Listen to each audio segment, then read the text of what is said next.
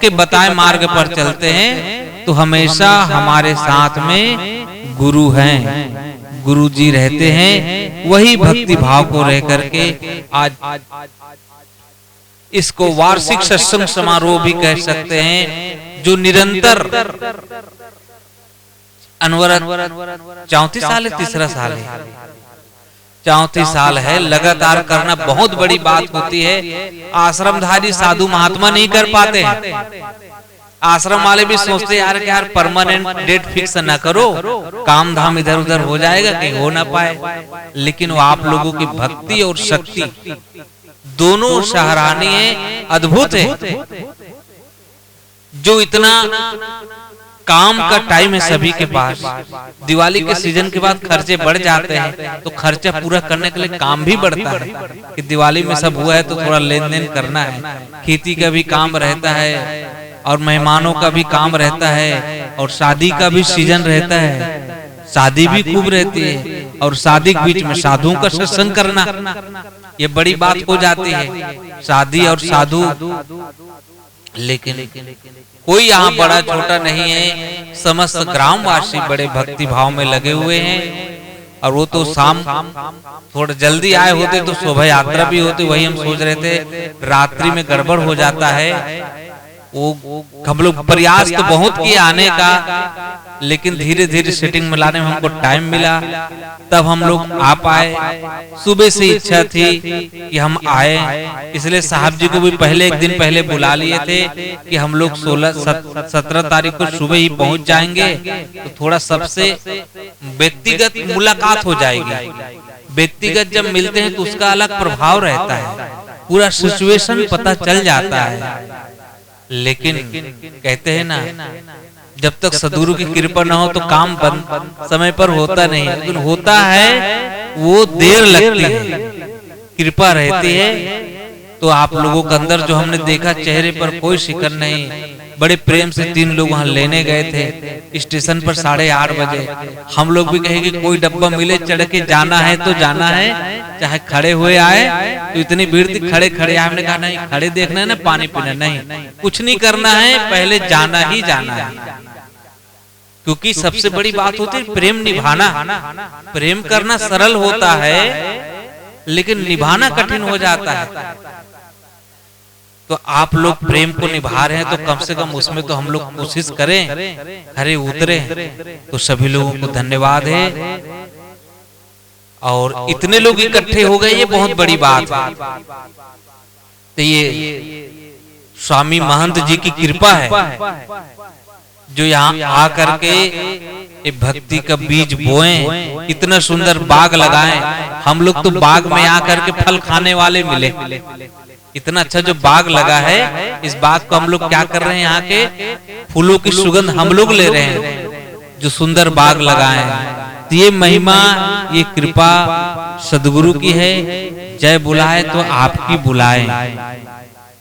बोलिए पूज्य स्वामी महंत श्री विवेक साहेब की जय। हम लोग जैसे लिख देते हैं दास, वो गुरु जी जो होते हैं वो अपने लिए खुद कहते हैं, हम लोग उनको दास नहीं कह सकते, हम लोग तो साहब जी ही कहेंगे। बोलिए स्वामी विवेक साहेब की। दास गुरु जो होता है वो शिष्य को कह सकता है, लेकिन जो महान पुरुष होते हैं अपने सामने दास ही लगाते हैं। तो हम पकड़ करके ना बैठे, क्योंकि वो हमारे स्वामी हैं, हम उनके दास हैं। तो उनको स्वामी ही, जैसे आपकी बात लिखे ना स्वामी महंत, ये अच्छा है क्योंकि वही तो है। और कहाँ हम स्वामी ढूंढेंगे जो आज इतनी भक्ति, इतना रस यहाँ बह रहा है 4 साल से, इतना अच्छा प्रोग्राम होता है, पंडाल, माइक और बढ़िया सिस्टम, वीडियो शूटिंग होती है और पूरा गांव सहयोग करता है और सब लोग हर्ष उल्लास के साथ, ऐसा लगता है दिवाली मनाई जा रही है।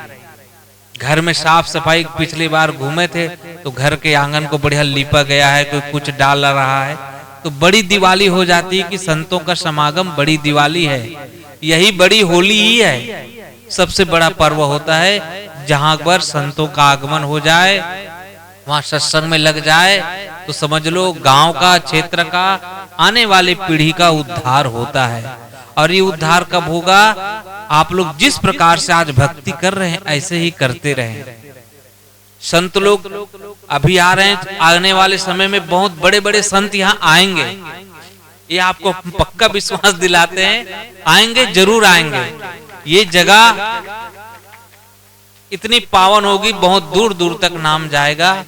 आप लोग भक्ति ऐसी करते रहें। अभी नेपाल वाले साहब जी आए थे और रुके भी, बीमार हो गए थे, उनको वायरल बुखार था, लेकिन 16, 17, 18 को बुरहानपुर में भी कार्यक्रम है, तो इसीलिए वहां उनको जाना पड़ा। नहीं तो अब की बार वो आ ही जाते। वो बड़े देश के प्रतिनिधित्व करते हैं, आचार्य हैं। हाँ, वो पक्का आना था। वो खुद पछता रहे थे कि अगर एक दिन का इधर पीछे होता, आगे पीछे, तो मैं एडजस्ट कर भी लेता, क्योंकि वो बहुत बड़े संत हैं, आचार्य हैं।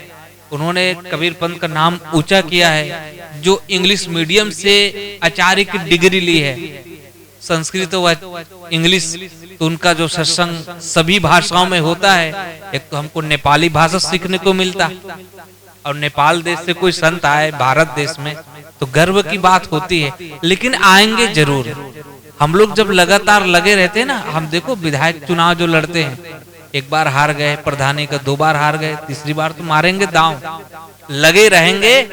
लेकिन गांव वाले सब एकजुट होकर के भक्ति करे। गांव में सत्संग होने से जो छोटे छोटे बच्चे आज पैर छूते हैं, साहेब बंदगी करते हैं, यही आने वाले समय में बहुत बड़ा पीपल का वृक्ष बनेंगे, जो सबको छत्रछाया में रख करके बड़े बड़े कार्य करेंगे।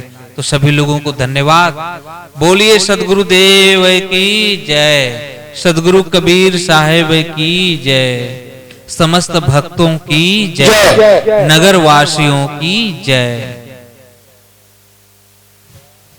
विवेक साहेब की जय, पूज्य गुरु मतलब पूज्य स्वामी गुरुवर महंत विवेक साहेब की जय।